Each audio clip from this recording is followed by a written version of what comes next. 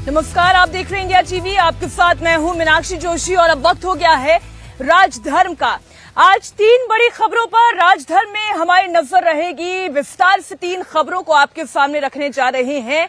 बात प्रशांत विहार की होगी। दिल्ली का वो इलाका जहां पर 40 दिन के अंदर अंदर दूसरा धमाका हुआ है। इस धमाके की मोटिव ऑपरेंडी क्या है? सीआरपीएफ स्कूल के बाहर हुए धमाके से इस धमाके का आखिर क्या है कनेक्शन? अब तक की हुई जांच में क्या सच सामने आया? तमाम तस्वीर और डिटेल लाइव रिपोर्टिंग के साथ आपके सामने होगी। खबर अजमेर से भी जुड़ी हुई। राजस्थान का वो शहर जो अजमेर शरीफ दरगाह के लिए जाना जाता है, जहां पर लाखों श्रद्धालु पहुंचते हैं, वो अजमेर शरीफ दरगाह इस बार सवालों के घेरे में है। इस दरगाह का सर्वे कराने की मांग की गई। मुस्लिम पक्ष वर्शिप एक्ट 1991 की दुहाई देने लगा। किस किस पक्ष को नोटिस गया? अभी तक यहां पर क्या जानकारियां निकल कर आई? राजनीतिक पक्ष कैसे इस पूरे मामले को हिंदू मुस्लिम करने की कोशिश कर रहा है? ये खबर भी अजमेर से होगी आपके सामने। खबर संभल से भी, जहां हिंसा के बाद दंगे का एक एक सबूत सामने आ रहा है। पुलिस की टीम की अब तक की जांच में कौन से सबूत सामने आए, कौन कौन से वीडियो सामने आए, कौन सी ऑडियो रिकॉर्डिंग इस बात की तस्दीक करती है कि यह दंगा प्री प्लान्ड था? एक एक खबर रखूंगी आपके सामने। और सबसे पहले बात दिल्ली के प्रशांत विहार में आज हुए ताजे धमाके से शुरुआत करते हुए। दिल्ली का प्रशांत विहार इलाका धमाके से एकाएक दहल उठा। आखिर ये धमाका किसने किया? धमाके के पीछे साजिश किसकी है? इस बात की तो जांच पुलिस अब तक कर रही है, लेकिन सवाल ये कि 40 दिन के अंदर अंदर आखिर ये धमाका हुआ कैसे? दिल्ली का प्रशांत विहार इलाका, जहां इससे पहले सीआरपीएफ स्कूल के पास इसी तरीके का बम ब्लास्ट हुआ था। मोटिव ऑपरेंडी एक तरीके की दिखाई दे रही है। जिस जगह पर यह धमाका हुआ वहां से पाउडर सफेद रंग का जो अब तक डिटेक्ट किया गया है, ये कुछ उसी तरीके का है जो सीआरपीएफ स्कूल के बाहर हुए धमाके से मिलता जुलता है। तो क्या धमाका करने के पीछे एक ही गुट है जो काम कर रहा है? क्या कोई आतंकी संगठन है? इस पर डिटेल में आपके सामने जानकारियां रखूंगी। सबसे पहले ये तस्वीर आप देखें। 20 अक्टूबर को सुबह करीब 7 बजे प्रशांत विहार के इसी इलाके में सीआरपीएफ स्कूल के बाहर धमाका हुआ था और ये धमाका इतना जबरदस्त था कि स्कूल की बाउंड्री वॉल में छेद तक हो गया था। अब इसी तरीके का एक और धमाका हुआ है। इस बार जो धमाका हुआ है वो बंसी स्वीट के पास हुआ है और इसमें भी सफेद रंग के पाउडर का ही इस्तेमाल हुआ है। ये दोनों तस्वीरें इस वक्त आपके सामने हैं। उस बार भी जो धमाका हुआ था उसकी गूंज बहुत बड़ी थी, लेकिन कोई घायल नहीं हुआ था। लेकिन इस बार जो धमाका हुआ है, आज सुबह करीब 11:15 बजे धमाके की आवाज सुनाई दी, जिसके बाद पुलिस पूरे मामले की तफ्तीश में जुट गई। दिल्ली के प्रशांत विहार इलाके में एक बार फिर से तेज धमाका हुआ है। हम ठीक उसी जगह पर मौजूद हैं जहां पर सुबह 11:48 पर फायर ब्रिगेड को कॉल की गई कि तेज धमाका जो है वो दिल्ली के प्रशांत विहार इलाके में जो बंसी वाला स्वीट्स है उसके पास हुआ है। और ठीक आप देखेंगे जो बंसी वाला स्वीट्स है उसके ठीक नीचे यहाँ पर अभी जो दिल्ली पुलिस है, उसके अलावा जो सुरक्षा एजेंसियां हैं वो लगातार जांच कर रही है। जो आसपास के सीसीटीवी है वो खंगाले जा रहे हैं। बताया जा रहा है कि सुबह लगभग 11:40 के करीब तेज धमाका यहां पर होता है और धमाका इतना तेज था कि दूर से धुआं उसका देखा जा सकता था। काफी तेज धमाका था। आसपास जब ये धमाका होता है तो लोगों में हड़कंप मच जाता है। जो फायर ब्रिगेड है वहां पर कॉल की जाती है, पुलिस मौके पर पहुंचती है और यहां पर आप अभी भी देखें जो स्पॉट है वहां पर अभी भी जो दिल्ली पुलिस है, इसके अलावा जो दिल्ली पुलिस की स्पेशल सेल है, क्राइम ब्रांच है, वो लगातार इन्वेस्टिगेशन कर रही है कि आखिर ये धमाका किस तरीके का है। लेकिन जो सूत्र बता रहे हैं उनका कहना है कि सफेद रंग का जो पाउडर था वो वहां से स्पॉट से मिला है और ऐसा ही पाउडर जब अक्टूबर के अंदर इसी प्रशांत विहार इलाके में जो सीआरपीएफ कैंप था उसकी दीवार के पास ब्लास्ट हुआ था, वहां पर भी इसी तरीके का सफेद पाउडर मिला था। और यहाँ पर आप देख सकते हैं जो पूरा इलाका है उसकी बैरिकेडिंग कर दी गई, उसकी जो बैरिकेडिंग है वो यहाँ पर की गई है, कॉर्डन ऑफ कर दिया गया है पूरा जो इलाका है। और बंसीवाला स्वीट्स, क्योंकि जो प्रशांत विहार का जो ये इलाका है ये पीवीआर सिनेमा, ठीक इसके पीछे आप देख सकते हैं ये पीवीआर सिनेमा वाली रोड है जहां पर काफी संख्या में लोग जो है ये यहाँ पर मौजूद रहते हैं। और सुबह 11:48 पर जब ये कॉल की गई तब भी उस समय यहाँ पर काफी संख्या में लोग मौजूद थे। तो पीवीआर सिनेमा देख सकते हैं, इसमें काफी आउटलेट जो है वो यहाँ पर है। पीछे आप देख सकते हैं कि जो फायर ब्रिगेड की गाड़ियां हैं वो यहाँ मौके पर खड़ी हुई हैं। और इसके अलावा जो स्पॉट है वहां पर अभी भी जो दिल्ली पुलिस है वो लगातार यहां पर इन्वेस्टिगेशन कर रही है कि आखिर ये ब्लास्ट किस तरीके का था। अभी भी आप देखेंगे जो पूरा जो इलाका जहां पर ये ब्लास्ट हुआ, तेज गति का ये ब्लास्ट था, वहां पर जो है वो पूरा जो एरिया है उसको कॉर्डन ऑफ कर दिया गया है। किस तरीके का ब्लास्ट है इसकी इन्वेस्टिगेशन जो है वो लगातार दिल्ली पुलिस की जो एंटी टेरर यूनिट है, स्पेशल सेल, वो कर रही है। प्रशांत विहार के बंसी स्वीट के पास जो ये धमाका हुआ है, ये धमाका कितना बड़ा था और कितना जबरदस्त था, इसका अंदाजा अब कुछ तस्वीरों के जरिए आप लगाने की कोशिश करें। जहां पर ये धमाका हुआ उसी स्पॉट की ये तस्वीर है, ये वीडियो है, जिसमें आप साफ देख सकते हैं कि धुएं का गुबार उठता हुआ नजर आ रहा है। ये वीडियो जहां पर धमाका हुआ दूसरी तरफ से बनाया गया ये वीडियो है। पेड़ों के ऊपर से उठता हुआ धुएं का ये गुबार देखें। हालांकि पुलिस का कहना यह है कि ये लो इंटेंसिटी का ब्लास्ट है, ये बहुत ना गंभीर श्रेणी का ब्लास्ट है और ना आप ये कह सकते हैं कि इसे आप इग्नोर कर दें, क्योंकि एनएसजी तो पूरे मामले की जांच कर ही रही है। लेकिन हाँ, ये लो इंटेंसिटी का ब्लास्ट था। हालांकि 40 दिन पहले जो ब्लास्ट हुआ था और जो आज ब्लास्ट हुआ है, इन दोनों में एक सिमिलैरिटी है कि दोनों ही ब्लास्ट वाली जगह पर सफेद रंग का पाउडर मिला था। एनएसजी फिलहाल पूरे मामले की जांच कर रही है। प्रशांत विहार में वीरवार सुबह तेज धमाका हुआ है। कुछ लोग यहाँ पर मौजूद हैं जो कि चश्मदीद थे, जिन्होंने धमाका सुना। सर, क्या नाम है आपका? मेरा नरेश नाम है भाई। इस मार्केट का प्रधान भी हूँ मैं। हमारी मार्केट पूरी बंद हो चुकी है, सारे दुकानदार दुकानें बंद करके अपने घर जा चुके हैं। इतना दहशत में लोग यहाँ पे, और पूरा धुआं हो गया था, बहुत जोर से ब्लास्ट था। हमारा मार्केट में भी पता लगता था भाई कहीं ब्लास्ट हुआ है। हम जैसे ब्लास्ट हुआ था तुरंत आए। यहाँ पे एक बंदे को बहुत ज्यादा चोट लगी हुई थी चेहरे पे। कितने बजे की बात है ये है 11:50 के आसपास की बात है ये। और जब तक पुलिस आई तो मतलब बहुत ज्यादा घबरा चुके थे लोग, दुकानदार अपनी दुकानें बंद करके जा चुके थे। कितनी तेज आवाज थी ब्लास्ट की? ज्यादा ब्लास्ट था। यहाँ से लगा लो 500 मीटर होगा ये प्रशांत विहार मार्केट, इसी यहाँ तक आवाज गई है। पहले भी यहाँ पर इस तरीके का धमाका हुआ था अक्टूबर महीने में, और अब फिर धमाका हुआ है। क्या लग रहा है कि क्यों ये प्रशांत विहार इलाके में धमाका? प्रशांत विहार बहुत शांत एरिया था, पता नहीं है क्यों ब्लास्ट हो रहा है बार बार, हमें भी नहीं पता इस चीज का। हम दुकानदार आदमी हम क्या करें, व्यापार करने के लिए बैठे हैं, पता नहीं क्या माहौल हो रहा है यहाँ पे। ऐसा तो कोई नहीं लग रहा था, पर बहुत ज्यादा हो रहा है आज की डेट में। क्या नाम है सर आपका? अरहंत जैन है जी। क्या हुआ, आपने क्या देखा सुबह? मैं तो बिल्कुल सामने रहता हूँ, डी ब्लॉक में। मेरी माता जी मंदिर में ही थी, तो जैसे ही पता लगा मैं तो उनको मंदिर के लिए भागा, क्योंकि मंदिर के पास सुनने में आ रहा था, फिर बंसी वाले के पास आ रहा था। मेरा अपना मत है कि ये क्राइम ब्रांच के पास बम फटा है। पहले सीआरपीएफ स्कूल के पास फटा, अब क्राइम ब्रांच के पास फटा है, और साथ में एक स्कूल और है, नेबरहुड में 5 स्कूल है। 2 घंटे बाद अगर ये बम ब्लास्ट होता तो कहीं ना कहीं बच्चों को हानि हो सकती थी।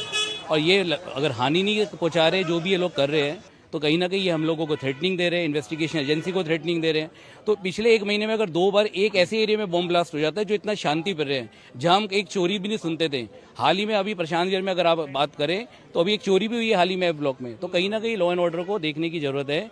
और ऑनरेबल हम तो सुप्रीम कोर्ट से भी रिक्वेस्ट करेंगे, क्योंकि मैं प्रैक्टिसिंग एडवोकेट हूँ, कि इसके ऊपर सुओ मोटो कॉग्निजेंस भी ले, इन्वेस्टिगेशन एजेंसी से एक्शन टेकिंग रिपोर्ट मांगे। कि ये क्या देखा आपने?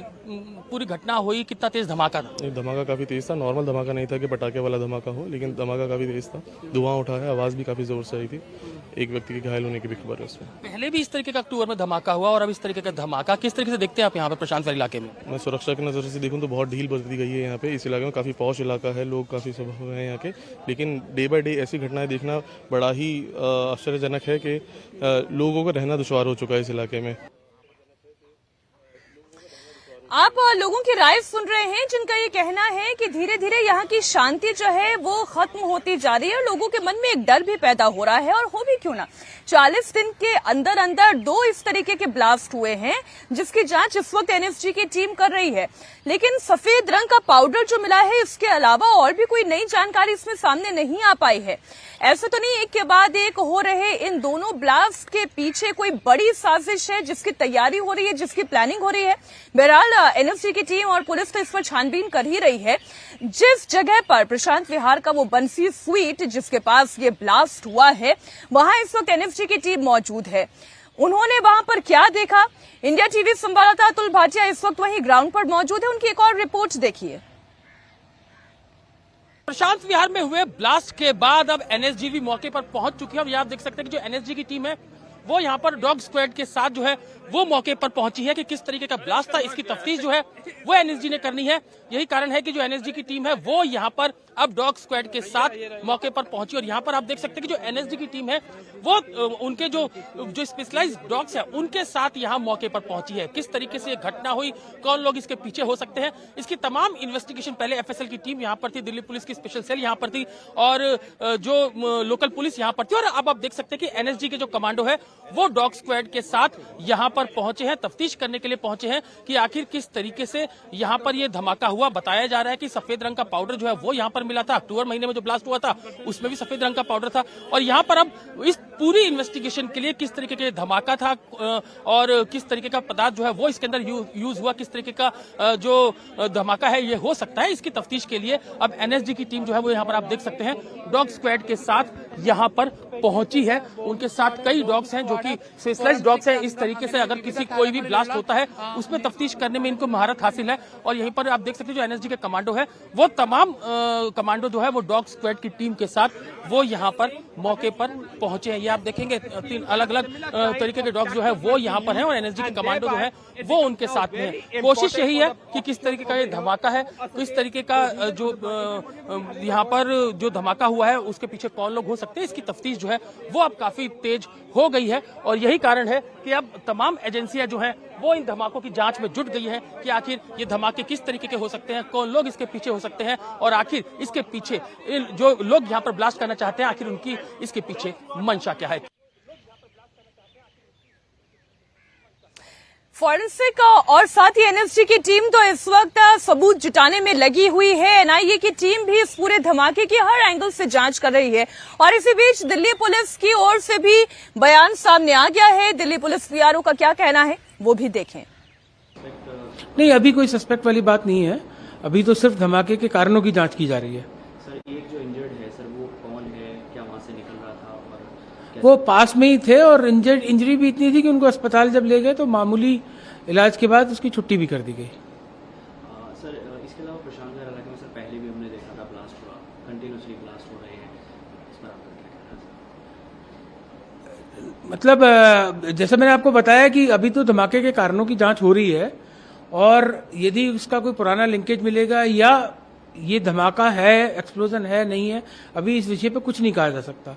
इस विषय में जैसे ही कुछ प्रगति होगी, जैसे ही कुछ पता चलेगा हम आपको अवगत कराएंगे। हमारे सहयोगी अतुल भाटिया इस वक्त प्रशांत विहार में उसी स्पॉट पर मौजूद है जहां पर ये धमाका हुआ है।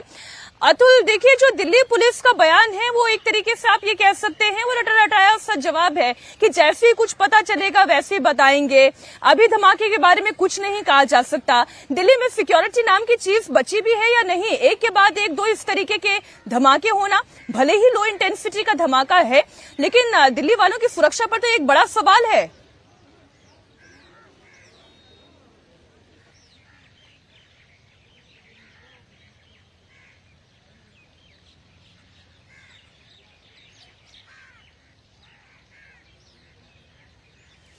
मैं दोबारा अतुल के पास जाऊंगी, एक बार फिर से वो तस्वीरें आपको दिखा देती हूँ। एनआईए की टीम इस ब्लास्ट की हर एंगल से जांच कर रही है और एनएसजी की टीम अपने डॉग स्क्वाड के साथ इस वक्त मौके पर मौजूद है और यहां से फॉरेंसिक सबूत जुटाए जा रहे हैं।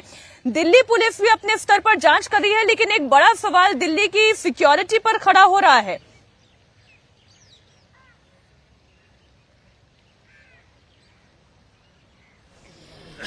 जैसे ही दिल्ली में हुए इस ब्लास्ट से जुड़ी हुई कोई बड़ी खबर और सामने आती है, वैसे ही सबसे पहले आप इंडिया टीवी पर इससे जुड़ी हुई जानकारी देखेंगे। दिल्ली के बाद अब आपको सीधा लिए चलती हूं राजस्थान के शहर अजमेर में, जहां ख्वाजा गरीब नवाज की दरगाह इस बार सुर्खियों में आ गई है और सुर्खियों में इसलिए है क्योंकि यहां पर भी सर्वे होने जा रहा है। आपको बता दें, हिंदू पक्ष दरगाह के सर्वे को लेकर कोर्ट गया और यहां पर उसकी बड़ी जीत हुई। हिंदू पक्ष ने अजमेर दरगाह के सर्वे के लिए कोर्ट में याचिका दायर की, जिसे कोर्ट ने मंजूर कर ली। यानी कि अदालत ने यह मान लिया कि इस याचिका को सुना जा सकता है, ये सुनने योग्य है। हिंदू पक्ष की याचिका पर कोर्ट ने नोटिस भी जारी कर दिया है और इसी नोटिस को लेकर बवाल खड़ा है। हिंदू पक्ष ये दावा कर रहा है कि यहां ख्वाजा मोइनुद्दीन चिश्ती की दरगाह से पहले संकट मोचन महादेव का मंदिर था। जिसे 800 साल पहले तोड़कर यहां पर ख्वाजा गरीब नवाज की दरगाह बना दी गई। हिंदू पक्ष ने अदालत से सर्वे कराकर इसे हिंदुओं को सौंपने की डिमांड कर दी है। हिंदू सेना की याचिका में अदालत ने अल्पसंख्यक मंत्रालय, दरगाह कमेटी अजमेर और भारतीय पुरातत्व सर्वेक्षण विभाग यानी कि ASI को नोटिस जारी कर दिया है। अब इस मामले में अगली सुनवाई की तारीख 20 दिसंबर तय करती है। ऑर्डर हमारे पक्ष में आया, हमारी याचिका स्वीकार की गई है। सभी जो पक्ष हैं उनको नोटिस किया गया है। जिन पक्षों को नोटिस किया गया, एक अल्पसंख्यक मंत्रालय, आर्कोलॉजी सर्वे और दरगाह कमेटी अजमेर, इन तीनों पक्षों को नोटिस कोर्ट द्वारा जारी हो जाएंगे, ऑर्डर कर दिए हैं। अब इसमें अगली तारीख है 20/12/2024।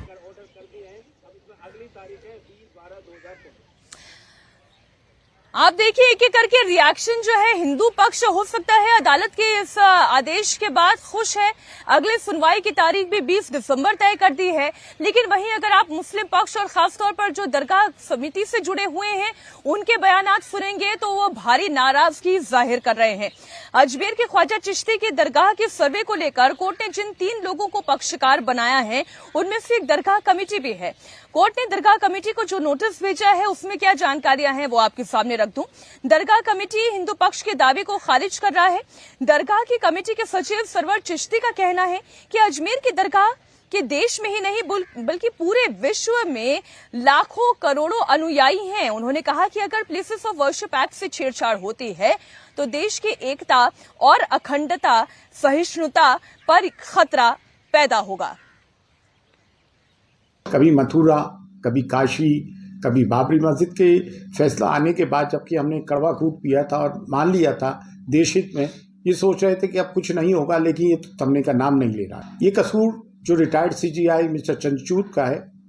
जब places of worship act 91 act बन गया है कि सिर्फ बाबरी मस्जिद को छोड़ के 1947 तक जो स्टेटस को रहा है, जितनी भी रिलीजियस प्लेसेस का वो रहेगा, फिर ये चीज़ें करने की क्या ज़रूरत है। ये 3 साल से ये बयानबाजी तो कर ही रहा है। हर जगह इन्हें जो है शिवलिंग और मंदिर नज़र आता है। सदियों पुरानी मस्जिदों पे ये लोग इस तरह की हरकतें कर रहे हैं, लेकिन ये चीज़ें हैं देश हित में नहीं है, देश के हित में ये कतई तौर से नहीं है। हम देख रहे हैं क्या करना है, करेंगे और इंशाअल्लाह किसी की ये मुरादें पूरी नहीं होंगी कि यहाँ पे कुछ हो जाए। ये गरीब नवाज की दरगाह थी, है और इंशाअल्लाह रहेगी। बात गरीब नवाज ख्वाजा चिश्ती की इस दरगाह को लेकर है, इस पर सवालिया निशान उठ खड़े हुए हैं। तो ऐसे में गरीब नवाज के वंशज की ओर से भी प्रतिक्रिया आनी ही थी। उन्होंने कहा कि हिंदू पक्ष जो है वो पूरी तरीके से इसे खारिज करते हैं। उन्होंने कहा कि कोर्ट ने उन्हें नोटिस नहीं भेजा है, लेकिन इसके बावजूद वो इस पूरे मसले पर वकीलों की राय ले रहे हैं। उनका दावा है कि यहाँ करीब 850 साल पहले से दरगाह है।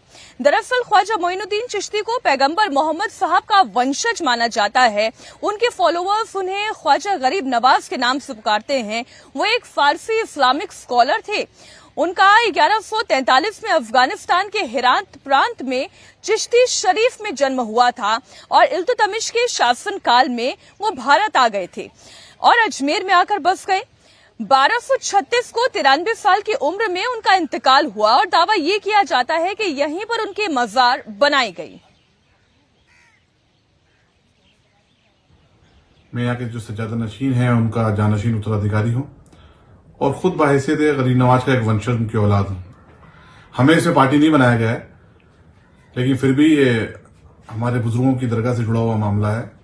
अजमेर का इतिहास 850 साल का इतिहास है। ख्वाजा साहब ख्वाजा मोइनुद्दीन चिश्ती रहमतुल्लाह जो आले नबी औलाद अली हैं, वो 1195 में हिंदुस्तान में तशरीफ लाए और 1236 में आपका विसाल हुआ।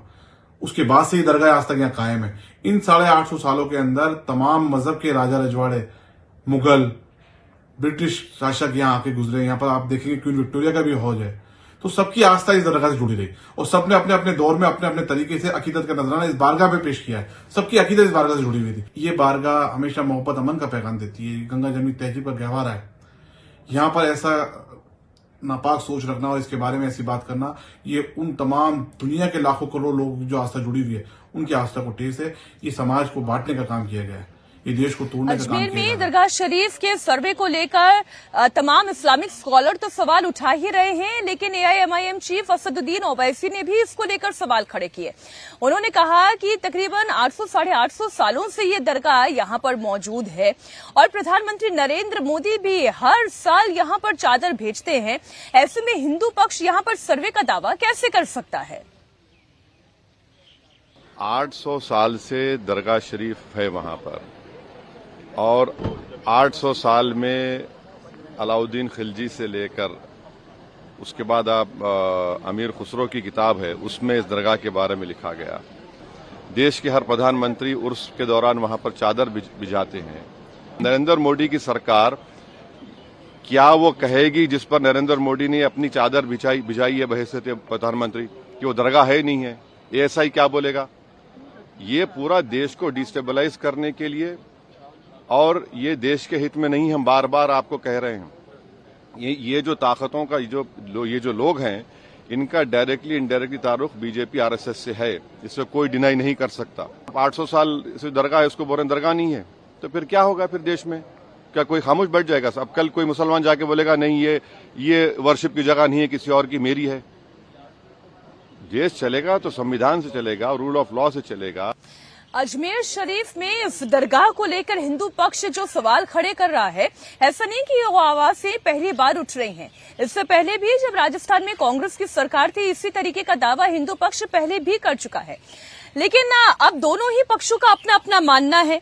कहा यह जाता है, जो मुस्लिम पक्ष कह रहा है कि ख्वाजा मोइनुद्दीन चिश्ती की ये दरगाह जो है वो मुगल शासक हुमायूं ने उनके सम्मान में यहाँ पर बनाई थी। यहाँ पर उन्होंने दरगाह का निर्माण करवाया था। फिर यहाँ पर बाद में उनके वंशज रहे अकबर ने भी यहाँ पर आकर हर साल जियारत करने लगे। बताया ये भी जाता है कि दरगाह परिसर में जो मस्जिद है उसका निर्माण शाहजहां ने करवाया था और साथ ही जो लंगर चलता है उसके लिए देख अकबर और जहांगीर ने दान में दी थी। अब जब मामला कोर्ट में पहुंच गया है तो केंद्रीय मंत्री और बीजेपी के फायर ब्रांड नेता गिरिराज सिंह भी ओवैसी पर निशाना साध रहे हैं। उन्होंने कहा कि अजमेर को भी संभल बनाने की साजिश रची जा रही है। अजमेर में कोर्ट ने आदेश दिया है सर्वे का। हमारा काम है, किसी हिंदू ने अगर याचिका दायर की और कोर्ट ने अगर सर्वे के लिए आदेश दिया है, इसमें दिक्कत क्या होनी चाहिए? ये सत्य है कि जब आक्रांता आए थे मुगल तो हमारे मंदिरों को तोड़ा था। अब आप कहेंगे कि कितने मस्जिदों पर आप ये बोलेंगे, तो मैं कहूंगा कि अब आज तक कांग्रेस की सरकार केवल तुष्टीकरण करते रही। तुष्टीकरण के कारण ही अगर ये 47 में ही आक्रांतों द्वारा मंदिरों पर मस्जिद बनाने का जो उनका एक मुहिम चला था उसको समाप्त कर दिया गया होता नेहरू के द्वारा, तो आज हमें कोर्ट में अर्जी देने की जरूरत नहीं पड़ती। इसीलिए अर्जी दिए हैं, कोर्ट ने माना है और सर्वे के का कानूनन अधिकार है और उस सर्वे पर भी संबल बनाने की कोशिश कर रहे हैं, वो नहीं हो। जिस कानून की बात गिरिराज सिंह कह रहे हैं उसी कानून पर सवाल उठाए जा रहे हैं और अदालतों पर भी सवाल उठाए जा रहे हैं। मुस्लिम समाजवादी पार्टी के मुखिया अखिलेश यादव के चाचा राम गोपाल यादव ने तो कोर्ट पर ही सवाल खड़े कर दिए। उन्होंने कहा कि आजकल ये छोटे छोटे जज देश में आग लगवाने का काम कर रहे हैं कि इस तरह के जजेस भी छोटे छोटे जजेस बैठे हुए हैं जो इस देश में आग लगवाना चाहते हैं। कोई मतलब नहीं है। अजमेर शरीफ पर हमारे प्रधानमंत्री स्वयं चद्दर भिजवाते हैं, सारे देश के लोग, दुनिया भर के लोग आते हैं वहाँ। अब उसको विवादों में डालना बहुत ही घृणित और ओछी मानसिकता का प्रतीक है। और ये यही नहीं, ये सत्ता में बने रहने के लिए बीजेपी समर्थित लोग कुछ भी कर सकते हैं। देश में आग लग जाए इनसे कोई मतलब नहीं, सत्ता में बने रहें बस। अब अजमेर में ये सर्वे होगा या नहीं 20 दिसंबर की सुनवाई के बाद ये तो तय हो जाएगा। लेकिन संभल की वो मस्जिद जहां हिंदू पक्ष ये दावा कर रहा है कि ये तो हरिहर मंदिर हुआ करता था, जिसे तोड़कर यहां पर मस्जिद का निर्माण करवा दिया गया और इसी के चलते शुरू हो गया दंगा। इस दंगे से जुड़े हुए एक एक सबूत, नई नई तस्वीरें सामने आ रही हैं। जो नए वीडियो सामने आए हैं, जो नए ऑडियो क्लिप सामने आए हैं, वो कई सारे सवाल खड़े कर रहे हैं कि कैसे पूरे दंगे को भड़काने के लिए एक सुनियोजित साजिश को अंजाम दिया गया संभल में। इससे जुड़ी हुई कुछ ताजा जानकारियां सामने आई हैं, वो एक एक करके आपके सामने रख दूं। दंगाइयों के खिलाफ पुलिस जो लगातार सबूत एकत्रित कर रही है, पुलिस ने 3 लोगों को इस मामले में और हिरासत में लिया है। ये तीनों हैं आमिर पठान, मोहम्मद अली और फैजान अब्बासी। 3 लोगों को पुलिस ने दबोचा है, जिन्होंने अब तक 49 दंगाइयों के बारे में पुलिस को जानकारी दे दी है। इन दंगाइयों के बारे में पुलिस इन्हीं बयानों के आधार पर लगातार दबिश दे रही है, ताबड़तोड़ छापेमारी चल रही है। कल जुमे की नमाज है, ऐसे में एक बार फिर बड़ी संख्या में नमाजी जामा मस्जिद तक पहुंच सकते हैं और इसे देखते हुए जामा मस्जिद को छावनी में तब्दील कर दिया गया है और चप्पे चप्पे पर सीसीटीवी कैमरे भी लगा दिए गए हैं।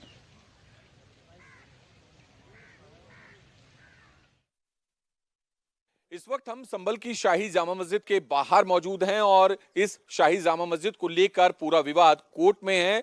लेकिन जो रविवार को दूसरे दिन सर्वे के हुआ, जो दंगे हुए, जो हिंसा भड़की, उसके बाद अब जो जिला प्रशासन है वो बिल्कुल मुस्तैद हो गया है, क्योंकि कल शुक्रवार है, जुम्मे की नमाज भी है और कल इसी शाही जामा मस्जिद को लेकर कोर्ट में सुनवाई भी होनी है। तो लिहाजा प्रिकॉशन के तौर पर आप देखें कि यहाँ पर जो नए सीसीटीवी कैमरे हैं वो इंस्टॉल किए गए हैं। ये पहला सीसीटीवी कैमरा है जो कि मस्जिद के मेन गेट पर लगाया गया है। इसके बाद हम आपको आगे भी दिखाते हैं।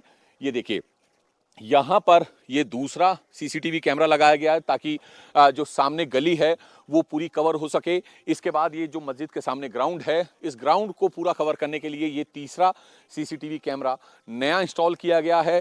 इसके साथ ही मैं आपको एक और कैमरा दिखाता हूँ। वो देखिए, कैमरा पर्सन चंद्रभान को कहूँगा वो तस्वीर दिखाए उस कैमरे की कि बिल्कुल जो सामने मस्जिद के ग्राउंड है, ग्राउंड के ठीक सामने जो घर बने हुए हैं उनकी घरों की दीवार पर एक नया कैमरा लगाया गया है। दरअसल इस कैमरे से जो मस्जिद के बिल्कुल सामने का यानी कि बैक साइड से जो गली आती है उसका पूरा विजुअल जो है इसमें रिकॉर्ड होगा, क्योंकि इसी गली से जो है दंगा कर रहे थे, हिंसा भड़का रहे थे। और इसके अलावा एक कैमरा यहाँ पर और लगाया गया है। तो टोटल ये 5 कैमरे अभी तक यहाँ पर लगाए जा चुके हैं ताकि पूरा जो है 360 डिग्री पर जो है मस्जिद को कवर किया जा सके। कोई भी विवाद हो, कोई भी दोबारा से अगर हिंसा भड़के तो उसको लेकर पुलिस तुरंत जो आरोपी होंगे उन पर कार्रवाई कर सके। फिलहाल एहतियात बरतते ये लगाया गया है क्योंकि कल शुक्रवार है, जुम्मे की नमाज होनी है, तो लिहाजा पुलिस पूरी तरीके से मुस्तैद है। इसके साथ साथ जिले में जो है अतिरिक्त पैरामिलिट्री फोर्स के जवान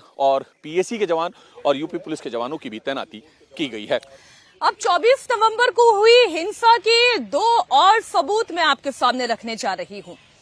दरअसल 18 सेकंड का ये पहला सबूत एक ऑडियो क्लिप है जिसमें एक दंगाई समीर अपने दूसरे दोस्त, आप दंगाई कह सकते हैं, वारिस को फोन पर ये कह रहा है कि तुम सामान लेकर आ जाओ।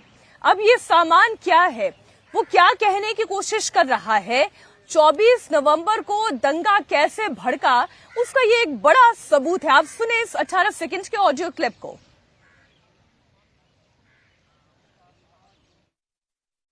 सामान लगा के लाइए, सामान है किधर? अब यहीं जाओ इस पर जामा मस्जिद से इधर को थोड़ी नहीं वाली जा रही तरफ को, उधर को मत जुबैर भाई का घर है। हां, जुबैर भाई का घर है, जुबैर भाई का वहां पे चला रही हूं। जल्दी सामान लगा के लाइए, सामान है किधर? अब यहीं जाओ इस पर जामा मस्जिद से इधर को थोड़ी नहीं वाली जा रही तरफ को, उधर को मत जुबैर भाई का घर है। हां, जुबैर भाई का घर है, जुबैर भाई का वहां पे चला रही हूं। जल्दी आइए अब आपको मैं एक और ऑडियो क्लिप सुनाती हूँ। ये ऑडियो क्लिप जिसमें फोन करने वाला शख्स अगला कॉल सुभान नाम के व्यक्ति को लगा रहा है और जामा मस्जिद के पास से अपने समर्थकों को बुलाने के लिए कह रहा है। और जामा मस्जिद के पास से अपने समर्थकों को बुलाने के लिए कह रहा है। 24 नवंबर को दंगा कैसे भड़का, उसका ये एक बड़ा सबूत है। आप सुने इस 18 सेकंड के ऑडियो क्लिप को। इसका मतलब तो यही है कि वो ये चाहता था कि जामा मस्जिद के पास ज्यादा से ज्यादा भीड़ एकत्रित हो, जबकि वहां पर माहौल खराब हो रहा है। ये वो व्यक्ति भी जानता था और सुभान भी जानता था जिसे ये कॉल किया गया था। ये सबूत भी आपके सामने।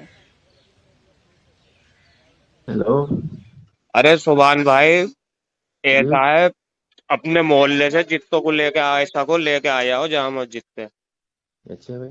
हाँ, दोबारा मामला बिगड़ गया, तमाम पब्लिक ही पब्लिक है। अच्छा। हाँ, अब सुन।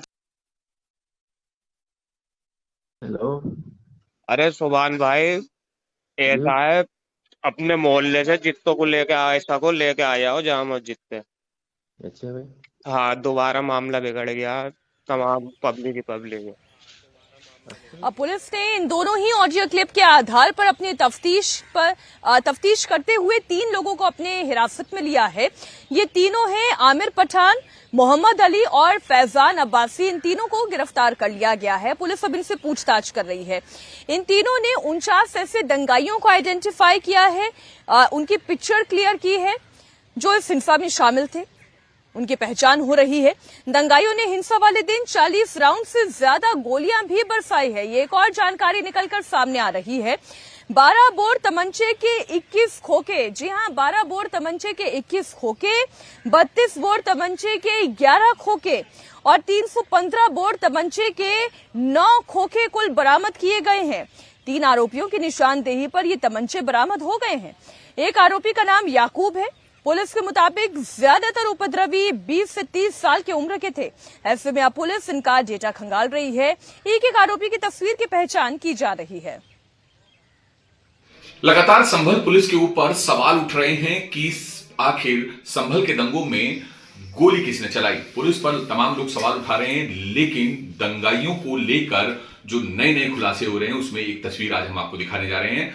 संभल पुलिस ने दंगाइयों के पास से हथियार जो बरामद किए हैं वो हथियार हम आपको दिखा रहे हैं। आप ये देखिए कि ये जो है याकूब नाम के आरोपी के पास से बरामद हुआ है, ये दूसरे आरोपी के पास से बरामद हुआ है और ये तीसरे आरोपी के, यानी ये 3 तमंचे जो हैं वो दंगाइयों के पास से बरामद हुए हैं। और ये आप देखेंगे तो ये वो कारतूस या वो मैगजीन है जो कि पुलिस वालों से छीनी गई थी दंगाइयों के द्वारा संभल में हुई हिंसा के दौरान 24 तारीख को, जिसके बाद पुलिस ने इस पूरे मामले में अब तक 28 आरोपियों को गिरफ्तार किया है। फिलहाल पुलिस पूरे मामले की जांच में जुट रही है और तकरीबन 40 से ज्यादा जो है गोली वो दंगाइयों की तरफ से चलाई गई, जिसमें खाली खोखे भी बरामद हुए पुलिस को और आरोपी जो पकड़े गए उनके पास से ये तमंचे भी।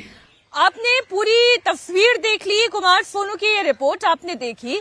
इस पूरे मामले में जो ये 2 ऑडियो क्लिप निकलकर सामने आई हैं वो पुलिस के लिए एक बहुत बड़ा सबूत है और ये दोनों ऑडियो क्लिप उन गिरफ्तार किए गए अपराधियों के मोबाइल फोन के डेटा से बरामद हुई है जो इस दंगे में शामिल थे। इन लोगों की ही निशानदेही पर अब तक कुल 28 आरोपियों की गिरफ्तारी हो चुकी है। 150 लोगों को नामजद किया गया है, आइडेंटिफाई किया जा रहा है और 74 ऐसे चेहरे हैं जिन्हें आइडेंटिफाई करके उनके पोस्टर्स पूरे शहर में चस्पा किए जा रहे हैं। यानी कि दंगाई चाहे कोई भी हो, चाहे वो महिला हो, चाहे वो पुरुष हो, चाहे वो बालिग हो, चाहे वो दंगे में प्रत्यक्ष रूप से शामिल था या प्रत्यक्ष रूप से, सभी को आइडेंटिफाई किया जा रहा है। संभल हिंसा की जांच पुलिस कर रही है। 24 तारीख को जिस तरीके से शाही जामा मस्जिद के पास हिंसा भड़की थी, उसके बाद पुलिस पूरे मामले की जांच में जुटी हुई है। इलाके में अभी भी पुलिस बल आप देखें तैनात है, लेकिन जांच के दौरान अब पुलिस ने 28 लोगों को गिरफ्तार कर चुकी है अब तक और उनमें से एक समीर नाम का शख्स भी है जिसके पास से पुलिस को उसका फोन बरामद हुआ। फोन जो है फॉरेंसिक लैब में जांच के लिए भेजा गया तो उसमें से एक कॉल रिकॉर्डिंग का ऑडियो क्लिप जो संभल पुलिस है उसके हाथ लगा है, जिसमें समीर वारिस नाम के एक शख्स के साथ बात करता हुआ दिखाई दे रहा है और उस ऑडियो क्लिप में समीर वारिस नाम के शख्स को कह रहा है कि यहां पर बवाल हो गया है, माहौल बिगड़ गया है दोबारा शाही जामा मस्जिद के पीछे, तो जामा मस्जिद के पास आ और सामान लेता हुआ आइयो। इसके बाद फिर वो दोबारा बात करता है और बताता है वारिस को कि जामा मस्जिद के पास जो है दोबारा से माहौल बिगड़ गया है और उस ऑडियो क्लिप के अंत में एक बार फिर वारिस को सामान अपने साथ लाने के लिए कहता है। पीछे ऑडियो क्लिप में जो है काफी शोर शराबा और भीड़ की आवाज भी सुनाई दे रही है। दरअसल पश्चिमी उत्तर प्रदेश में या फिर कहें कि संभल इलाके की बेल्ट में सामान देसी कट्टे को कहा जाता है, यानी कि देसी कट्टा अपने साथ लाने के लिए कह रहा है। दरअसल जो ये पूरी हिंसा हुई इसमें 4 लोगों की मौत हुई, जिसमें गोलियां भी चली और पुलिस की जांच में ये भी सामने आया पुलिस को कई खोखे और हथियार भी बरामद किए हैं पुलिस ने, जिसमें ये दावा है पुलिस की तरफ से कि जो दंगाई थे उनके हाथों में हथियार थे और वो पुलिस की तरफ गोली चला रहे थे।